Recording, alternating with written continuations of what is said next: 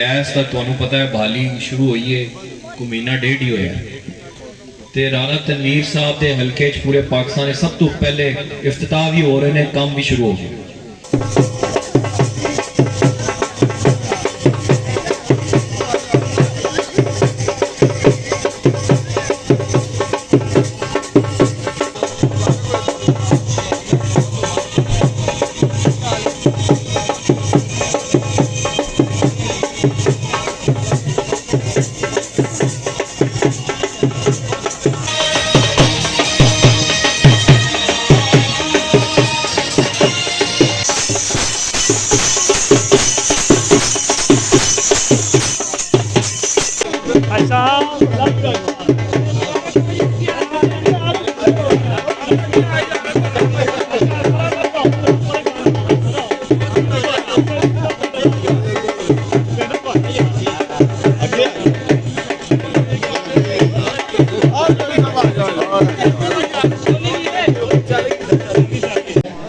और हम सब मिलकर खुशी मना रहे हैं।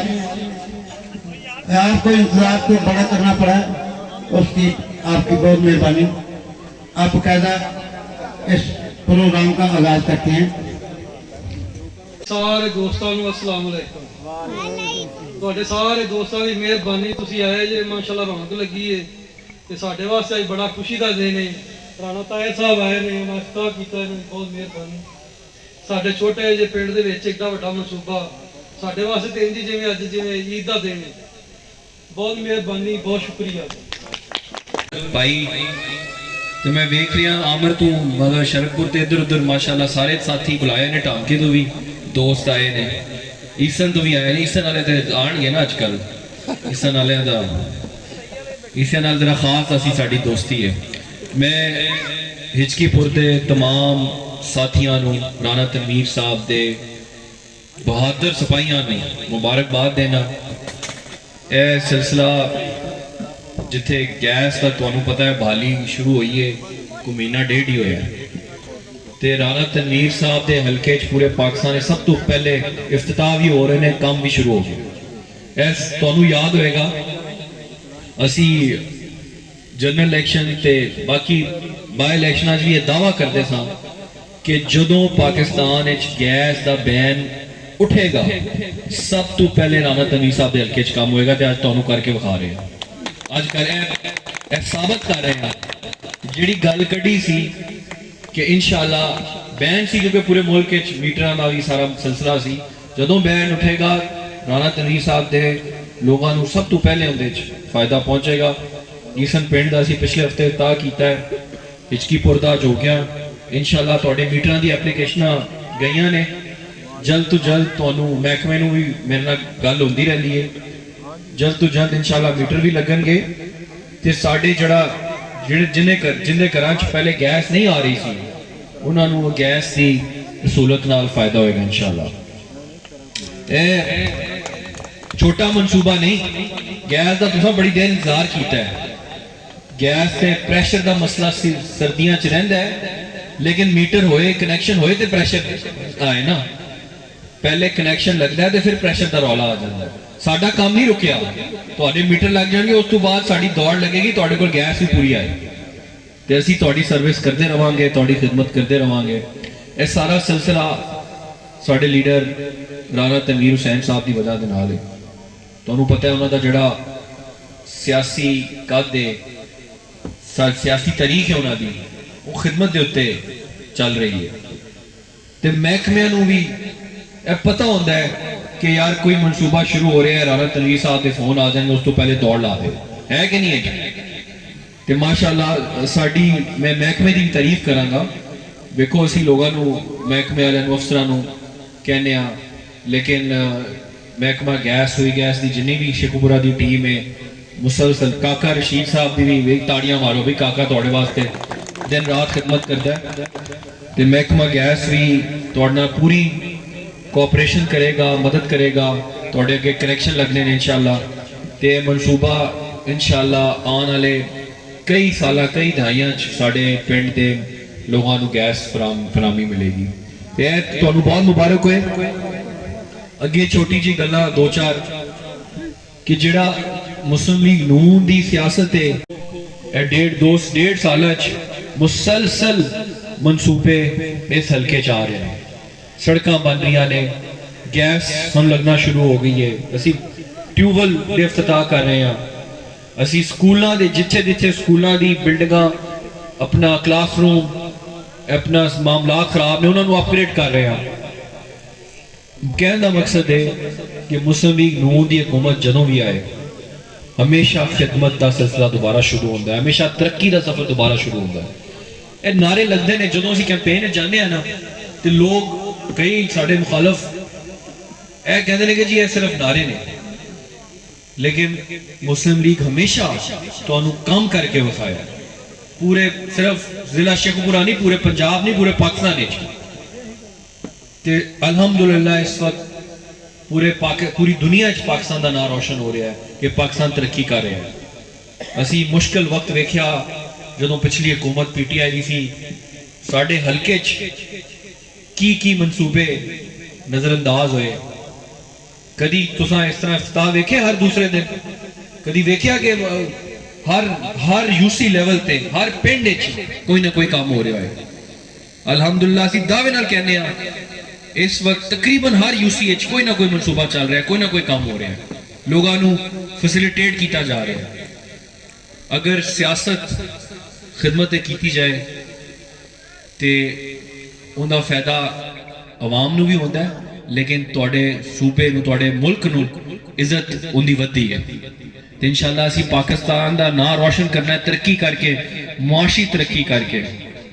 जिहड़ी असीं जंग जीती है वो भी एक मजबूत हुकूमत की वजह तो हुई ना।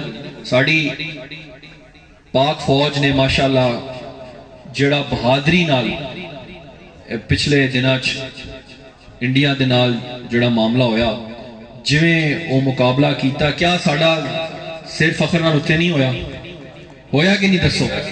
हुण तुसीं बाहर जिहड़े लोग जांदे ने, सऊदीया, UAE, कतर, दुबई, अमरीका, कैनेडा, तो लोग जरूर कहेंगे यार बड़ी गल है, तुसी इन्ना जबरदस्त। असी तो समझदा पाकिस्तान बड़ा कमजोर है, दुनिया जान गई अल्हम्दुलिल्लाह कि पाकिस्तान एक मजबूत ताकत है।